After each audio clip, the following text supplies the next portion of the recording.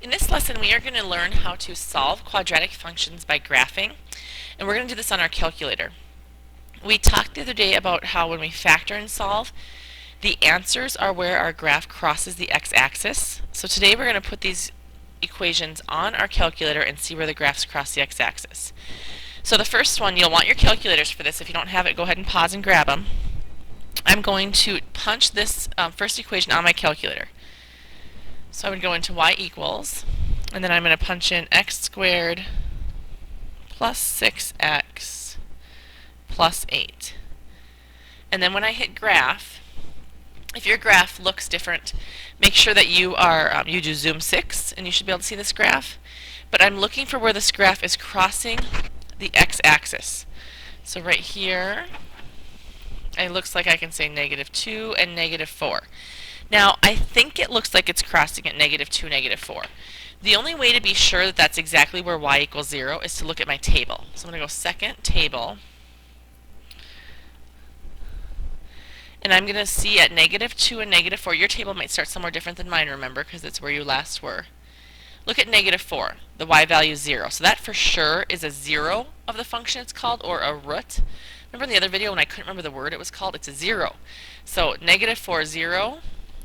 And -2, 0. So these are called the zeros, or the roots, or the solutions.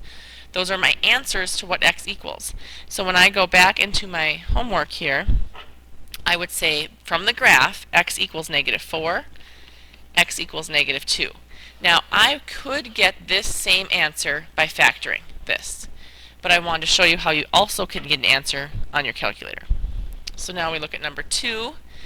Before I put this on my calculator, I would want to get the equation equal to 0. So x squared minus 4x plus 4 equals 0. And then that's what's going to go on my calculator. So again, I go to my calculator, and I will put in x squared minus 4x plus 4. I hit graph, and it looks like my vertex is where it's crossing the x-axis. So I'm going to say I think it's at 2. But again, to be sure, the only way I can know for sure is to look at my table. So I'm going to go second graph, and I'm going to look at 2. You can see 2 is actually at the bottom of my screen right here, isn't it? There's the 0. Now I'm going to go down and make sure that none of the other ones say 0 there, and they don't. So it is just the 2, 0. So remember from when we did this with factoring, that means that we have a double root. So x equals 2, and with the vertex, that's what the answer you would have gotten twice. So we have to label it as x equals 2 dr for double root. The last one then is x squared minus 4x plus 5. So I'm going to put this on my calculator. I'm just going to go switch this to a 5 since I have everything else the same. And then I hit graph. And look at this parabola. This does not cross the x-axis. Now this is the first time we've seen like this, but hopefully that makes sense. It's not crossing the x-axis. Another one that could happen with is if I had one going down that the vertex was below the x-axis. That's not going to cross it either. So I have no solutions here on this x-axis. What I would write for that then is no real roots. I don't have an area that this graph crosses the x-axis. So my answer would be no real roots. The reason I'm choosing to write no real roots is because I actually can find an answer to this problem, and I would have to use a quadratic formula for it. So we will learn that in a couple days, or relearn it, I should say. You've done it before, and you'll see that these would be imaginary roots. So now it'll be the first time you've been able to do the quadratic formula with imaginary solutions. So because I know this answer is going to be imaginary, and that would always happen when I have a graph like this one where it's not crossing the x-axis, I'm going to say no real roots. That's the best I can do when they ask me to solve it by graphing. If they tell me to use graphing to solve it, this is the answer I have to give because I can't solve it any other way by graphing.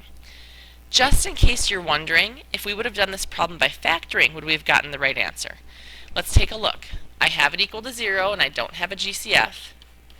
Factors of x squared are x and x. It's a plus 5, and I need to make it to be a minus 4, so I'd have a minus and a minus. And I'd have to use 1 and 5. So look at here, when I plug in 1 and 5, no matter what order I put them in, this one would not be factorable. I could not factor it. So we would have called this one, when we weren't doing equations, we called them prime. But since they're equations, we would say no solution.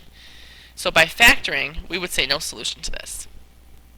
No real roots is a better answer because when you aren't factoring, so factoring, the method of factoring doesn't work for this problem.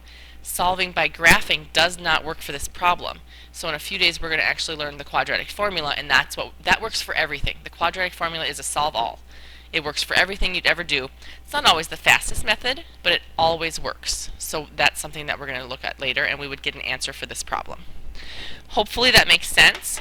I do want to show you quickly one thing before we move on. And what if your graph crossed right here? And this was your parabola. So notice how today all of the ones I gave you crossed at an integer, so a point we could name on our graph. And remember, we looked at our table to verify that that's where y was 0. If it crosses at fractions, my table doesn't list fractions. And I can make it list fractions, but it's kind of a lot of work. And who's to say I'd pick the right fractions, right? So when we have problems like this that cross at non-integer, non-whole numbers, or at just integers, so no fractions, no decimals, that's going to cause us a problem. And there's something different we do on our calculator to find those. So if that would happen, we're going to learn that in a few during this chapter also, on how we would do that if it crosses at fractions. For today, yours should cross at integers, so you should be getting either positive or negative numbers, no fractions, no decimals, and you'll be able to see those on the table where y equals 0.